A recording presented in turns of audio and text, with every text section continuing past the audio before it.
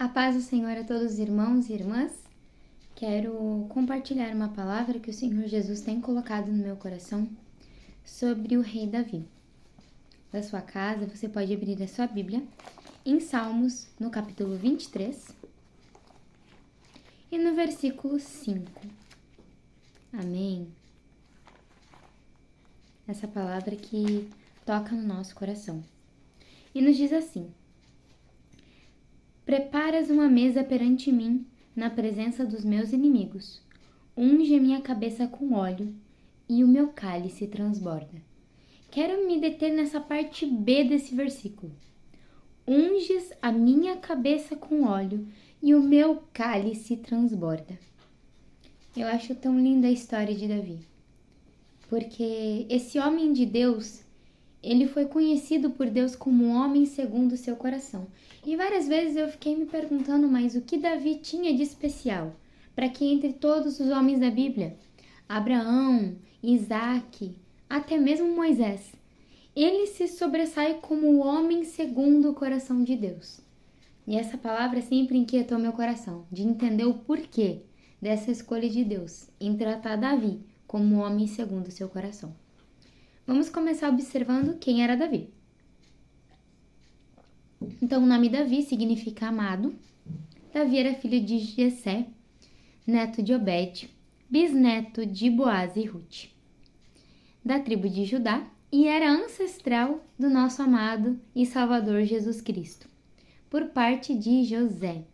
Então, a descendência, de Davi, que chega até Jesus, é por parte de José, que não era o pai mesmo de Jesus, mas era o pai de Jesus aqui na terra, Era como se fosse o padrasto de Jesus, porque Jesus é filho de Deus, com a Maria, que concebeu através do Espírito Santo.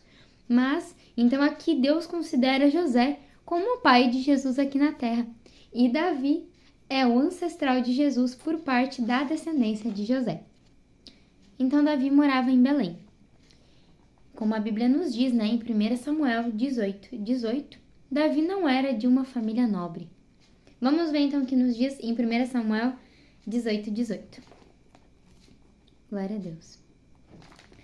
Então, lá em 1 Samuel, no capítulo 18, versículo 18,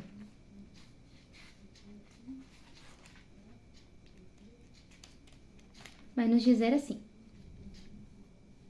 Mas Davi disse a Saul: Quem sou eu e qual é a minha vida e a família de meu pai em Israel, para vir a ser genro do rei?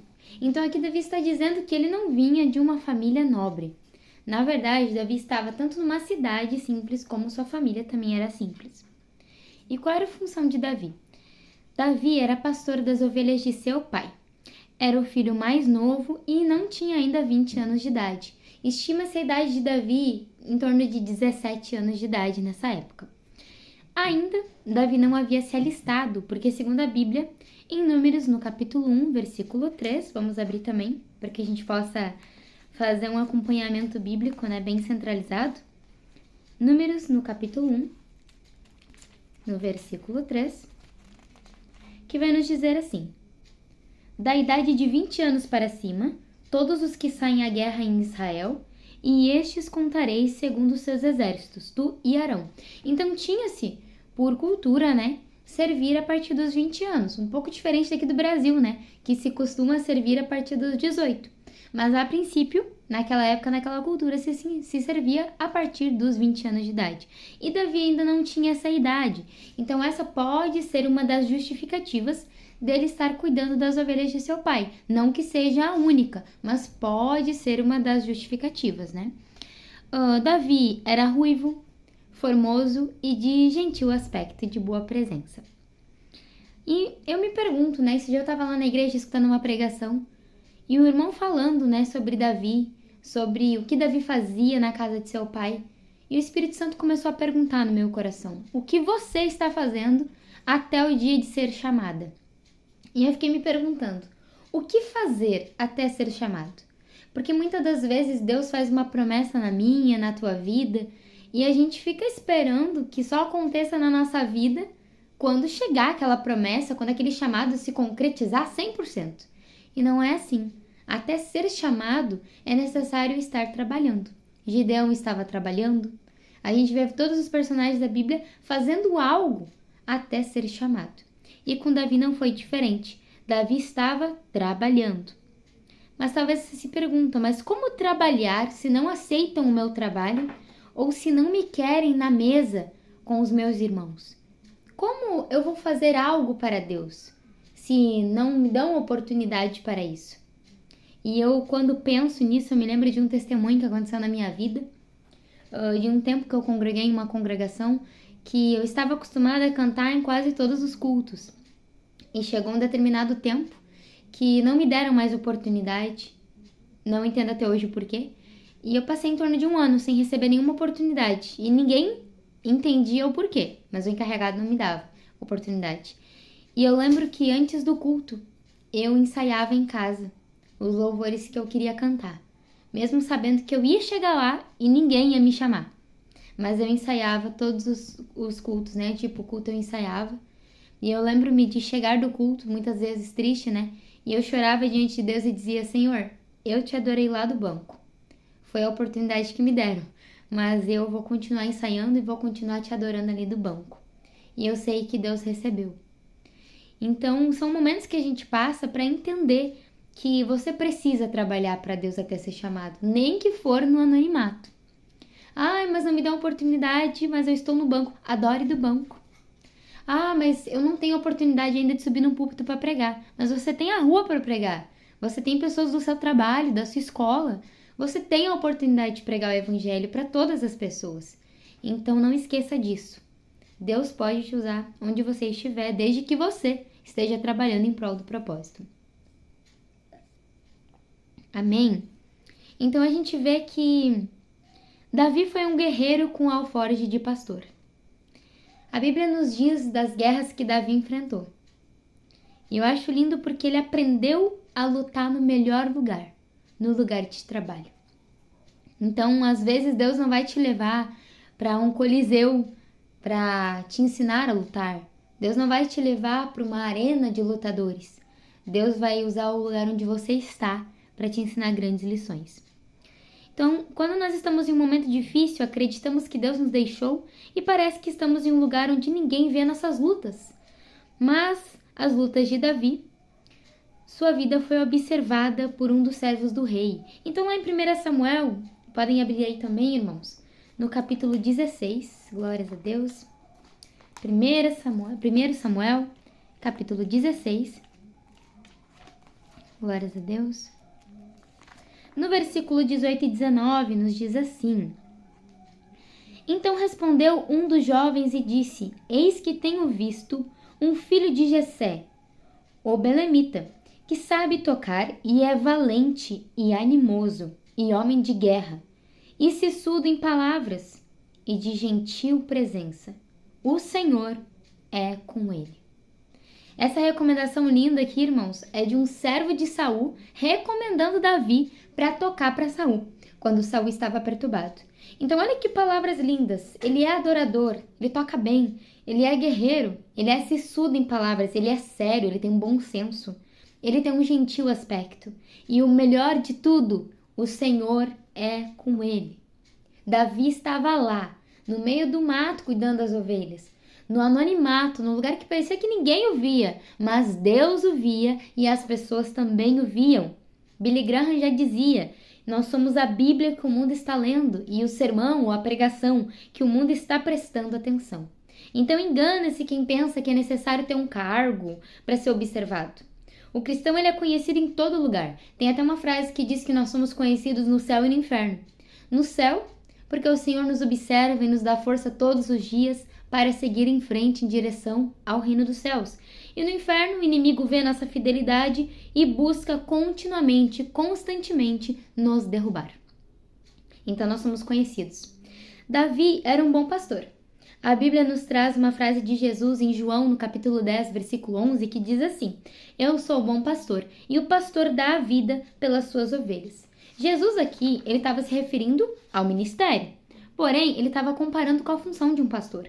Porque o pastor, ele dava vida pelas ovelhas. Às vezes estava lá cuidando das ovelhas no campo, aparecia um lobo, tentava pegar uma ovelha, tinha que estar defendendo, né? E eu acho incrível que Jesus compara e Davi era esse bom pastor, porque ele, no cargo de pastor, na função, ele dava vida pelas ovelhas e, detalhe, pelas ovelhas de seu pai. Aquelas ovelhas era parte da herança do seu pai. E Davi, por ser o mais novo, é o que menos receberia herança. Os irmãos bonitos de Davi, que a Bíblia vai citar, que foram os primeiros que apareceram, que Samuel, quando olhou para eles, já pensou, com certeza vai ser esse. A Bíblia até vai nos citar aqui, Deus dizendo para Samuel, em 1 Samuel, no capítulo 16, versículo 7, que nos diz assim: porém o Senhor disse a Samuel, não atente para a sua aparência, nem para a sua estatura, porque eu o tenho rejeitado. E a Bíblia vai nos dizer assim, que no versículo 8, Jessé chamou Abinadab, mas não era ele, chamou a Samar, e não era ele, e assim foi passando os filhos. Então esses eram os primeiros na linha de sucessão das propriedades do pai. Davi seria o último, e mesmo assim, ele cuidava daquele bem, que seria o último a receber. Ele cuidava com amor e entregava a sua vida. E muitas das vezes, irmãos, é isso que Deus espera de mim e de você. Que a gente saiba cuidar daquilo que Deus coloca na nossa mão. Não importa se você vai ter grande parte naquilo que você está cuidando, mas importa o quanto que você tem se dedicado para cuidar do que o Senhor colocou na tua mão. A Bíblia nos conta a história de homens que receberam do seu chefe algumas dracmas para guardar. Um escondeu a dracma, outro investiu. E aquele que escondeu a dracma não rendeu nada, mas aquele que investiu trouxe um rendimento a mais. O que você tem feito com o que Deus coloca na sua mão? Que essa seja uma reflexão para a nossa vida. Mas seguindo, então não importa se ninguém valoriza o seu trabalho, se não vêm os ursos e leões que você matou, se não te aplaudiram quando você passou pelo vale da sombra e da morte. O importante é que o Senhor é com você, aleluia, e te aguarda, Ele te guarda, te sustenta e te treina para enfrentar Golias. Todas as coisas cooperam para o bem daqueles que amam a Deus. Romanos capítulo 8, versículo 28. Amém? Então a Bíblia nos diz que Davi trabalhava, adorava com sua harpa, servia a Deus, onde ninguém o via nem ouvia. Existe um louvor da harpa cristã, que nós gostamos muito, né? Que diz que os mais belos hinos e poesias foram escritos em tribulação. E Davi escreveu muitos salmos, escreveu muitas adorações a Deus desse período difícil que ele passou. Amém? E a situação de Davi era bem ruim. Era um trabalho desprezado, considerado pequeno. Lá em 1 Samuel, capítulo 17, no versículo 28, quando ele chega no campo de guerra para se encontrar com seu irmão, a Bíblia vai nos dizer que Eliabe, que era o irmão mais velho, quando viu Davi conversando com os homens de guerra, disse: por que desceste aqui? E a quem deixaste aquelas poucas ovelhas no deserto? Então o trabalho de Davi estava sendo desprezado. Com quem você deixou aquele teu pequeno trabalho? Mas mesmo assim, ele servia com excelência. Parece assim que ele cumpria aquele versículo na vida dele, né? Que tudo que vier na tua mão para fazer, faz com todas as tuas forças. Porque para a sepultura, onde você vai? Lá não há obra, não há nada, né, que você possa fazer. Então, seguindo aqui com o nosso estudo, quando Deus nos faz promessas, a nossa situação atual é sempre contrária com a promessa que nós recebemos. Pode observar, irmão. Se Deus te prometeu bonança, parece que está faltando. Se Deus te prometeu bênçãos, parece que você está perecendo. Se Deus te prometeu grandes coisas, parece que você só enxerga as coisas pequenas. Então, as promessas de Deus para a nossa vida parecem contrárias com a nossa situação. Mas é para a gente ver a glória de Deus, né? Agindo em todas as coisas. Amém? Glória a Deus. Então, o que eu faço depois de ser chamado? Tá, então antes de ser chamado na obra, eu preciso trabalhar, nem que for no anonimato. Mas o que eu faço depois de ser chamado, depois de ser ungido, depois de Deus mostrar para mim o chamado dele na minha vida? Então, quando Deus nos faz promessas, nós queremos que elas se realizem da noite pro dia. Nossa fé sobe e se alguém disser para nós, você não vai conseguir, a gente responde, eu vou, eu tenho promessa. O que eu acho interessante na história de Davi é isso. ele voltou para o mesmo lugar, para a mesma função, mesma situação. Mas a diferença foi que a partir de agora, o Espírito do Senhor havia se apoderado de Davi. Então você vê que quando a gente recebe uma promessa, ainda mais quando Deus diz assim, prepara as malas que eu vou te levar. Nossa, a gente chega em casa e já pensa, quando, Senhor? Quando que eu vou partir? Quando que eu pego a passagem? A gente já quer tudo naquela hora. E eu acho linda essa espera de Davi. Se a gente vai parar para analisar tanto tempo que Davi esperou para assumir o reinado, se eu não me engano, foi um tempo em torno de 5 a 8 anos que Davi esperou para enfrentar Golias. Então, ele voltou para a mesma função, para o mesmo trabalho desprezado. Aqui a Bíblia não diz que a vida dele mudou para melhor, que os irmãos agora o trataram melhor. Não nos diz isso claramente que ele recebeu um tratamento melhor. Ele voltou para a mesma função, só que tinha uma diferença. Agora, o Espírito do Senhor havia se apoderado de Davi. Davi estava ungido e revestido, mas ainda assim teve que esperar para enfrentar Golias. E é lindo, irmãos, porque uma vez eu até preguei sobre os gigantes que Davi enfrentou.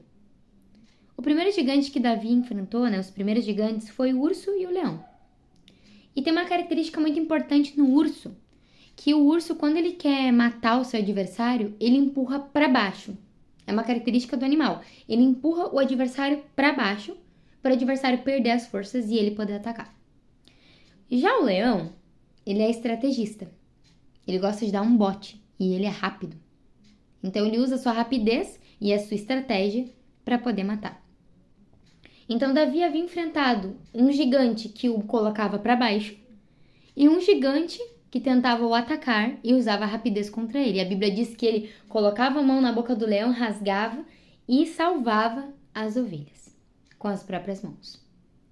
Mas agora chegou um terceiro gigante na vida de Davi, Golias, que podia atacar dessas formas também. Golias era rápido, Golias era forte, podia empurrar Davi para baixo pela força e pelo tamanho dele, era rápido, era estrategista, mas tinha uma coisa a mais que Davi ainda não tinha enfrentado.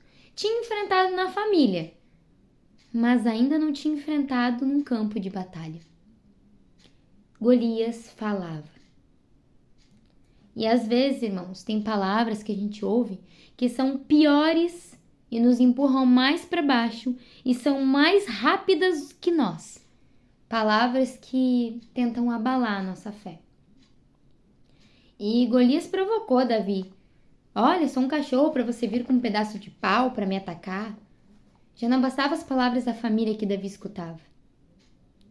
Já não bastava, muitas das vezes, se sentir esquecido, desprezado. Agora, tinha que enfrentar as palavras do gigante. Só que tinha um detalhe. Dessa vez, as palavras não eram para ele. As palavras eram especialmente para afrontar Deus. E foi isso que foi o ponto-chave para Davi não aceitar o que Golias lhe dizia. Porque Golias afrontava o Deus de Israel.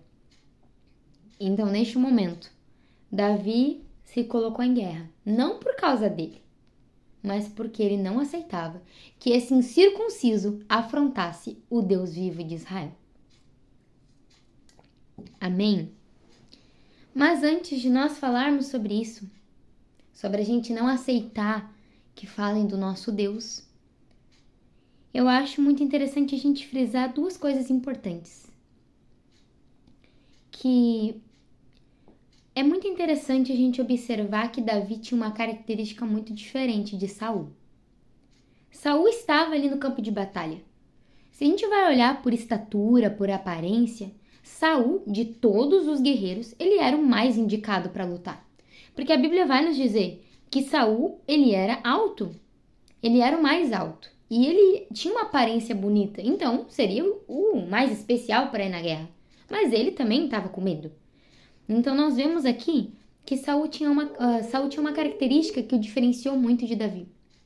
Saul, ele gostava de parecer bem. E qual que é a diferença, irmãos, de eu parecer bem e eu estar bem? Antes de enfrentar Golias, então esse episódio ocorreu. E nós precisamos entender que como uma casa, um templo, nós somos habitados pelo Espírito Santo. Porém, se o permitirmos ir embora, se deixarmos o Espírito Santo ir embora da nossa vida, o abandonarmos, insistindo nos nossos erros, querendo ficar nos nossos pecados e não se arrependendo verdadeiramente, o inimigo vai invadir a nossa morada. Não existe casa vazia.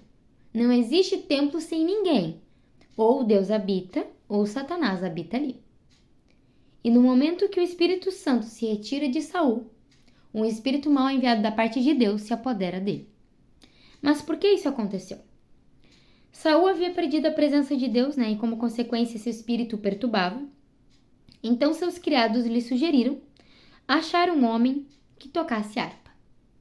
Saul havia perdido por depender de parecer bem. Quando ele pecou, quando ele cometeu vários pecados contra Deus, ofereceu sacrifício quando não podia, e era para ele ter matado, todo o povo, que era inimigo do povo de Deus, e ele não matou, ainda deixou o rei vivo, ainda despojou dos bens.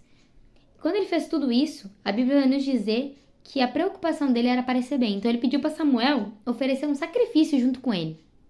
O povo ia ver, o rei tá lá, oferecendo um sacrifício para Deus, então tá tudo bem, tá tudo tranquilo. Ele queria parecer bem. E já Davi não era assim. Davi era diferente. Ele queria estar bem com Deus, porque ele tinha a plena certeza do valor da presença de Deus. Tanto que quando ele errou, a Bíblia diz que ele foi fazer o que nós aprendemos em Mateus 6:6, Ele foi para o quarto e abriu seu coração para Deus, lá em Salmo 51, e pediu: Senhor, não me lança fora da tua presença. Não retira de mim o teu Espírito Santo. Porque ele sabia que casa vazia não existe. E ele não queria sair da presença do Senhor. Porque aquele que habita no esconderijo do Altíssimo, a sombra do Onipotente descansará. E na sombra de quem ele iria descansar? Sob as asas de quem ele estaria guardado, se ele perdesse a presença de Deus? Cheio de quem ele estaria, se ele perdesse o Espírito Santo? Então a Bíblia vai nos dizer que Davi ele não pediu por suas mulheres. A Bíblia diz que Natã, quando entregou a profecia para ele, disse: vai perder suas mulheres. Davi não se preocupou com isso na sua oração. Ele não pediu: Senhor, deixa uma para mim, deixa duas. Não. Ele disse: Senhor, eu não posso perder tua presença. Eu não posso perder o teu Espírito Santo. Aleluia. E Davi tocava a harpa, e pela simbologia nós vemos que a harpa, naquela época, representava uma ligação do céu com a terra. Considerado um instrumento angelical que conectava o mundo físico e o mundo espiritual. As cordas, segundo o que eles pensavam, serviria como uma escada, como degraus de escada em direção à vida eterna. Então nós vemos Davi e Saul em uma situação contrária. Davi cheio de Deus, porém desprezado, e Saul perturbado, cheio do espírito mau que o perturbava, porém rejeitado por Deus e respeitado pelo povo. Então, nem sempre quem está em evidência está cheio de Deus. Às vezes, Deus está mais presente em um coração que está no anonimato do que o coração que está no trono. Que a gente possa guardar isso para o nosso coração, segundo o Senhor Jesus falar conosco. Então, essa característica que diferenciou os dois na guerra. Um parecia bem, o outro queria estar verdadeiramente bem. E nessa batalha, a gente vai ver que o gigante tentou até amaldiçoar Davi, mas o Deus de Davi era maior. Vamos dar então continuação ao nosso estudo. Amém? Então, chegando nessa parte da batalha. Existia naquela época, irmãos, nessa época da batalha entre Davi e Golias, um duelo de campeões. Como que funcionava? Naquela época acreditava-se que quando se ouvia uma batalha, os deuses de cada um dos povos eram os que mandavam na batalha, queriam representar o povo para perder ou para ganhar. Então era mandado do povo os dois melhores guerreiros.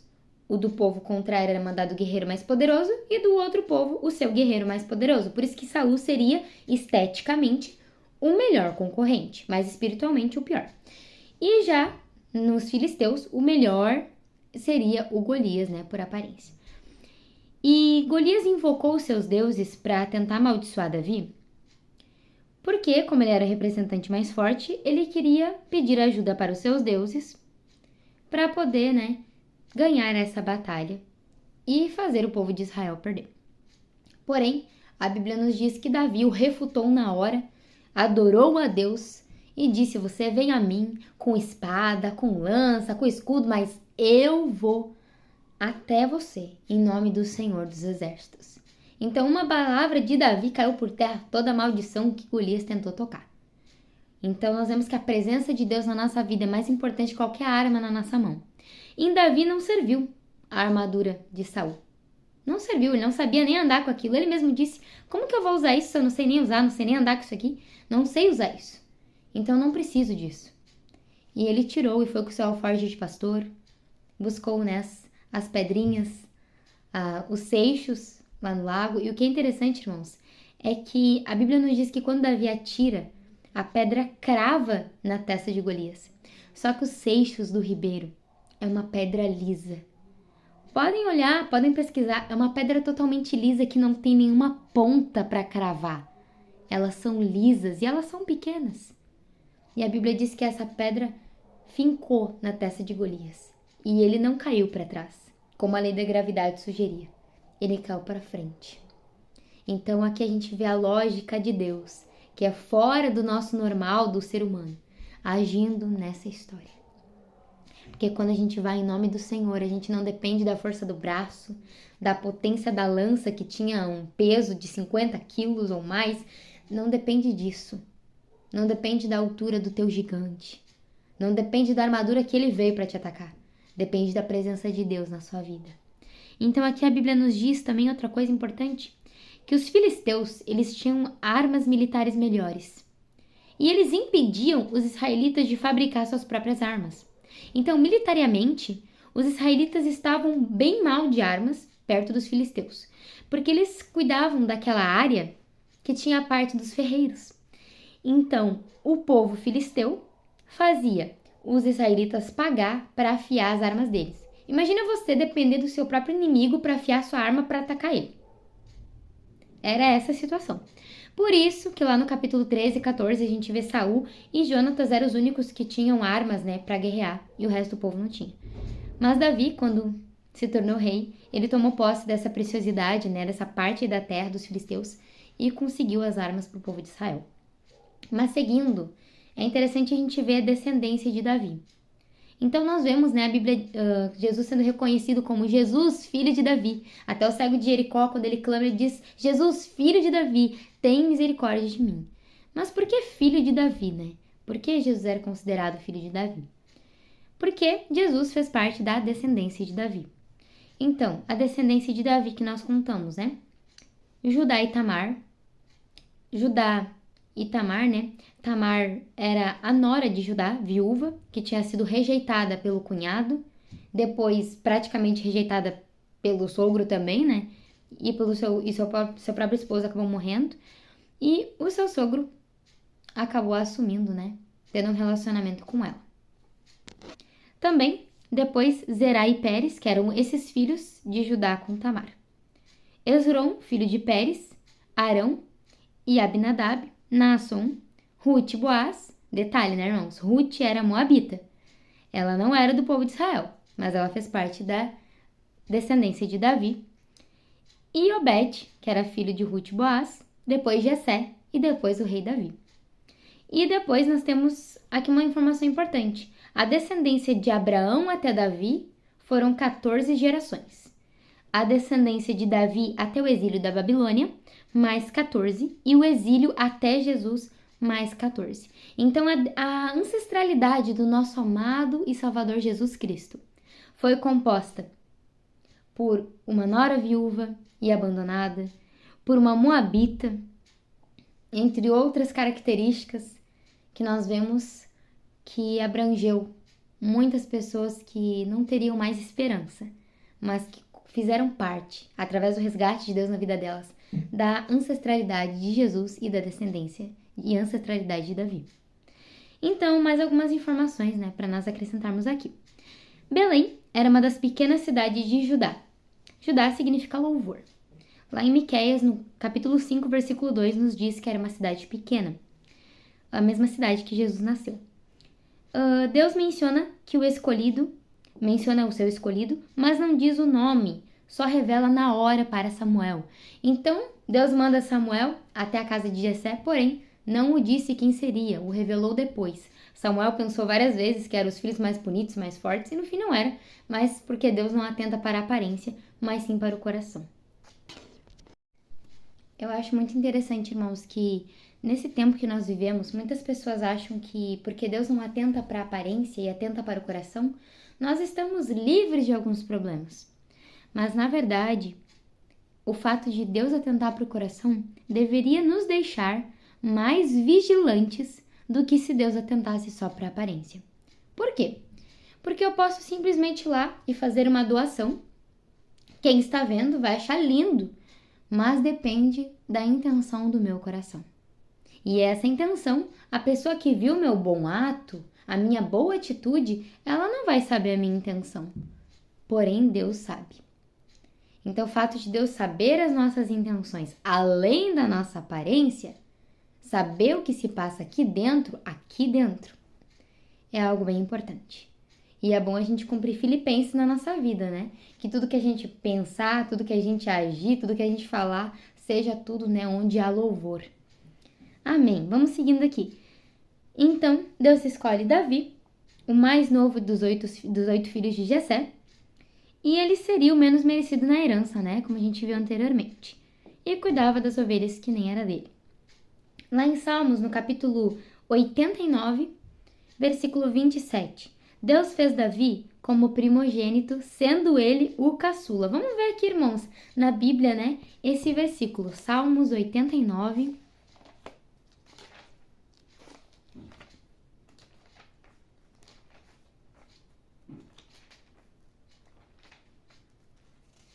versículo 27.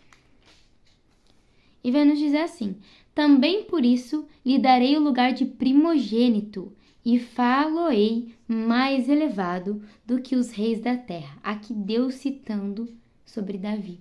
Então, o caçula, o mais desprezado, por Deus foi feito como primogênito. E eu acho tão lindo que tem uma passagem da Bíblia que até quando eu estava lendo eu chorei.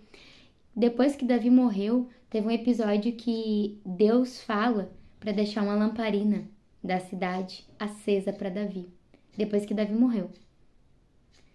E eu acho lindo que quando a gente é fiel a Deus, a gente pode ser fraco, pode ser falho, mas quando Deus conhece as nossas intenções que são boas para com Ele, para com sua obra, Deus, Ele nos valoriza e Ele nos cuida com todo o seu amor e carinho. Então aqui nos diz aqui também que Deus escolheu a Davi, porque ele estava trabalhando e louvando a Deus. E ele não tinha uma vida dupla, irmãos. Muitas das vezes a gente vê assim, a minha vida secular e a minha vida espiritual. Não existe isso. Quando nós somos cristãos, a nossa vida toda, ela é espiritual. A nossa vida, ela é uma vida de cristão. Então, onde eu estou sendo um cristão. Seja no trabalho, seja na minha escola, seja onde eu estiver, eu preciso demonstrar que eu sou um cristão. Às vezes a gente quer ser neutro. Ninguém precisa saber nada. Isso não é se é a Bíblia que o mundo está lendo e o sermão que o mundo está prestando atenção. Será que onde eu estudo, sabem que eu sou cristã? Onde eu trabalho, sabem que eu sou cristã, que os meus princípios são diferentes, que eu sigo o que a Bíblia diz? Então é uma reflexão para a nossa vida, né? E Davi não tinha uma vida dupla. Ele era um servo de Deus. Ele era e foi reconhecido até pelos servos do rei Saul. Então quem é chamado não precisa ir atrás muitas das vezes do profeta, mas o profeta vem até ele pela ordem de Deus, que foi o que aconteceu com Davi, né? E eu digo assim, irmãos, ultimamente nos dias que a gente vive, sabe? Nós vemos muitas pessoas brincando com o chamado de Deus. Eu gosto muito de uma analogia que o pastor Eliseu Rodrigues faz sobre o ministério de Paulo, que quando a gente tem um chamado de Deus, a gente tem vontade às vezes de correr. Ter um chamado, tem até um hino que diz que ter chamado não é oportunidade para se promover, porque ter chamado não é fácil. É lindo ter um chamado de Deus na vida, mas a gente enfrenta muitas coisas. Mas a gente enfrenta porque sabe que no final a presença de Deus recompensa todas as nossas dificuldades. Mas então um chamado não é uma brincadeira.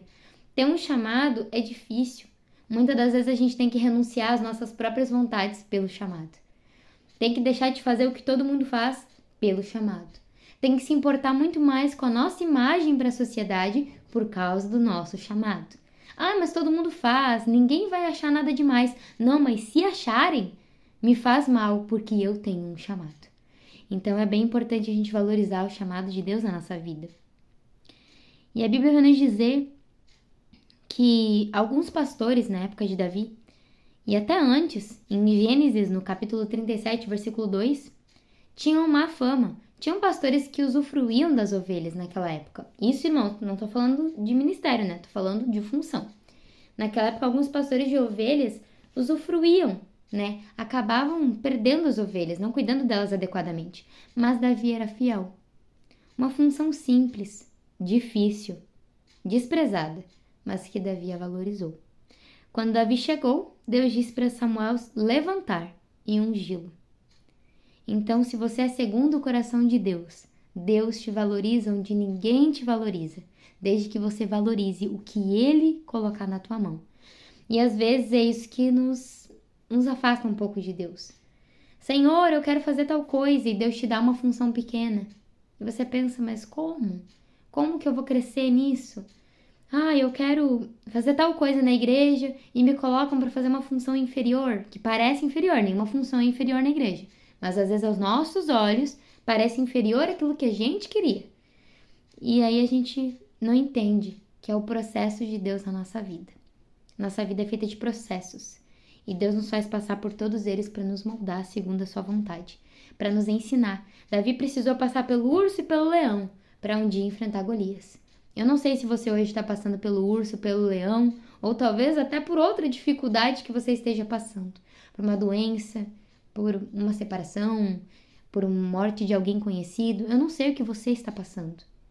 Mas eu venho te dizer que se você for fiel a Deus, você vai ver que todas as coisas cooperam para o bem daqueles que amam a Deus. E essa sua dificuldade vai te moldar para o chamado de Deus para a tua vida. Então, segundo o coração de Deus, o que é o ser segundo o coração de Deus, como Davi foi? Primeiro, é ter uma vida em harmonia com o nosso Senhor, como diria Charles Swindoll, que é ter uma vida em harmonia com o Senhor.